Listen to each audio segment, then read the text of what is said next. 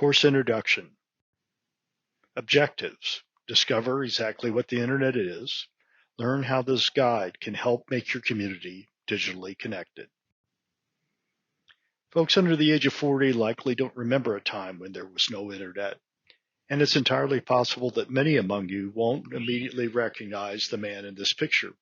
It's Al Gore, Vice President during the Clinton administration and a near-miss loser to George W. Bush in the 2000 presidential race.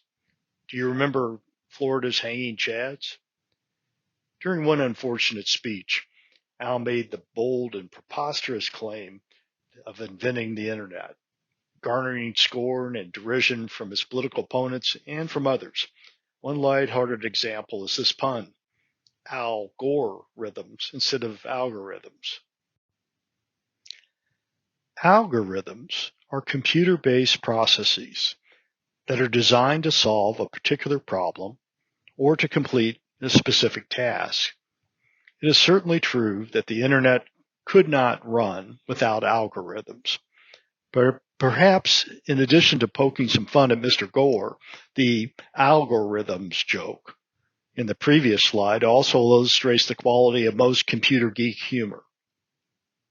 But what is the Internet? How does it work? Why has it become such an indispensable tool for society over the past 30 years?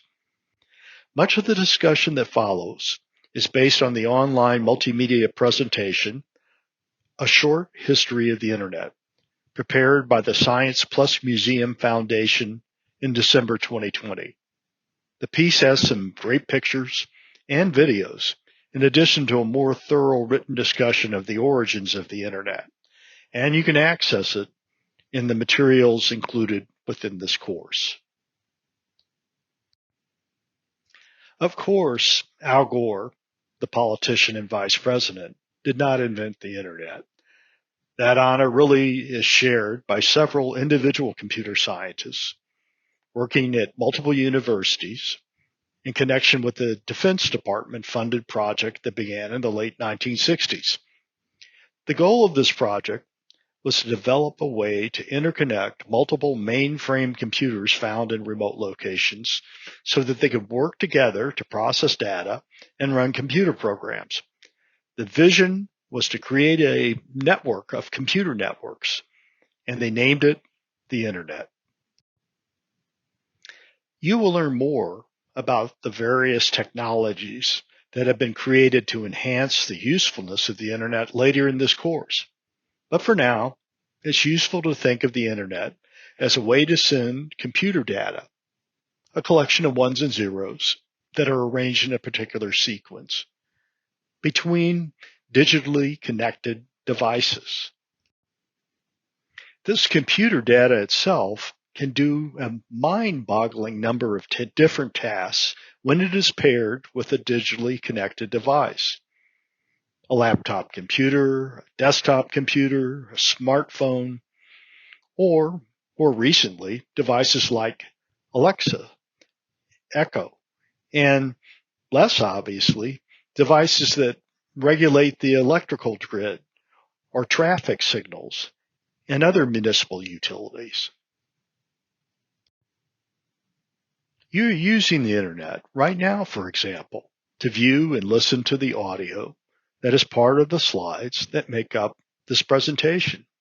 But the Internet also is the core technology used in email or text messaging, or Netflix online movies, online video games, for placing orders on Amazon or some other web-based business site. It's used for video conferencing and even most of the telephone calls you place today, whether on your cell phone or through a wired landline.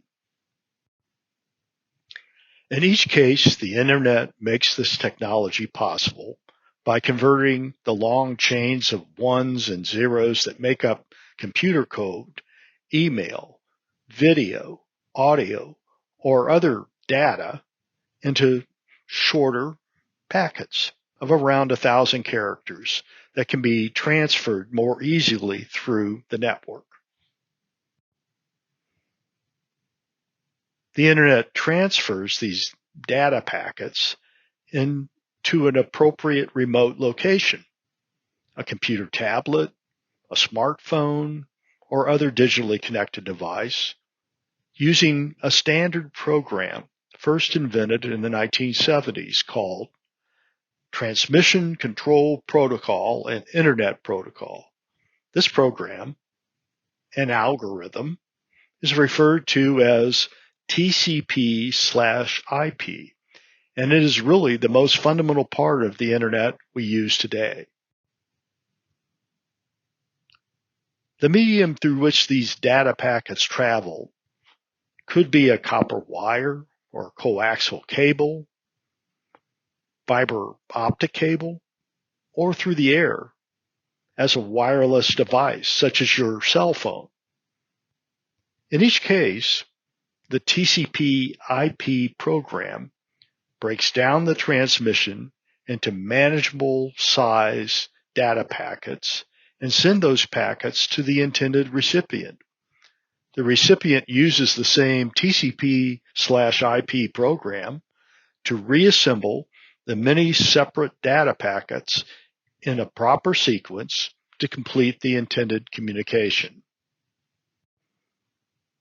In the 1980s, as the Internet grew and the number of separate computer locations increased, folks needed a way to address the data packets more easily. The solution was the creation of a standardized domain name system, an address system. The domain name system, or DNS, converts hard-to-remember numeric IP addresses of the TCP/IP algorithm into a more familiar .com, .gov, .edu internet address that we use today. Around 1990, a key element in the utility and commercialization of the Internet was added: the World Wide Web, abbreviated WWW. The World Wide Web is often confused with the Internet, but really it should be thought of as just an easier way for individuals and businesses to access information and data that exists on various computers and digital devices that are connected to the Internet.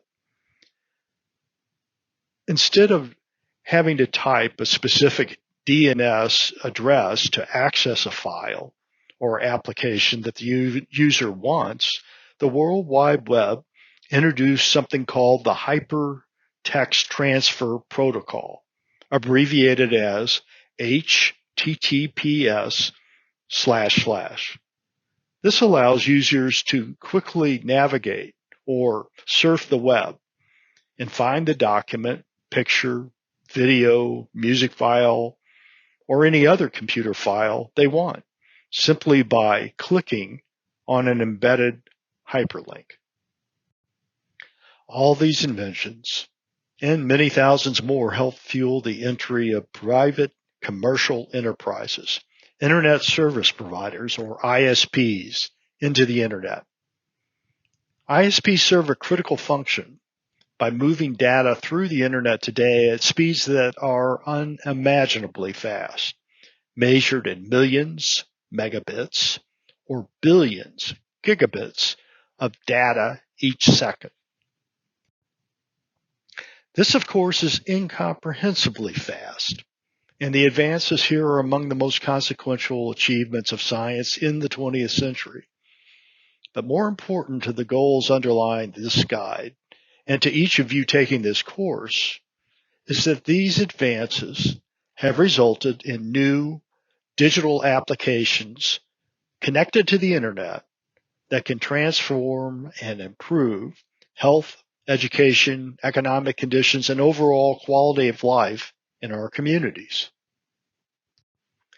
That is why a substantial part of this guide is devoted to helping your community make informed decisions about which digital applications that use the Internet are most important, and whether the community realistically has the resources necessary to make them available to those who need them.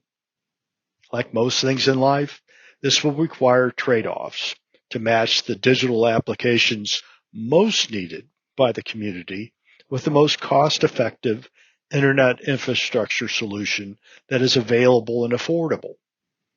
For example, it takes far less data transfer capacity, which we call bandwidth, to send an email or a text message than it does to conduct a video conference call or for a farmer to manage crops in the field.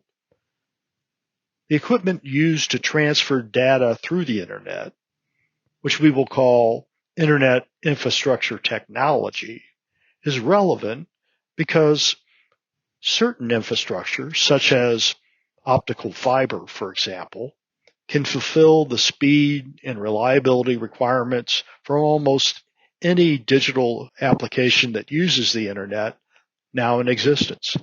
But others, such as a digital subscriber line or DSL, have much more limited capacity and capability.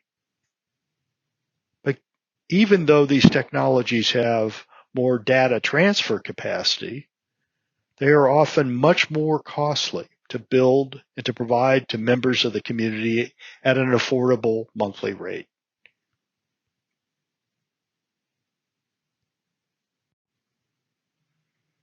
As the course progresses from time to time, you may find some of the technical jargon used here to be a little overwhelming. And frankly, the technical jargon associated with the internet infrastructure shouldn't be your main focus. Your community instead needs to focus on the digital applications, the algorithms that use the internet to communicate and supply information over the internet. In the next section, you'll learn what is included in the guide and how to use it to digitally connect your community.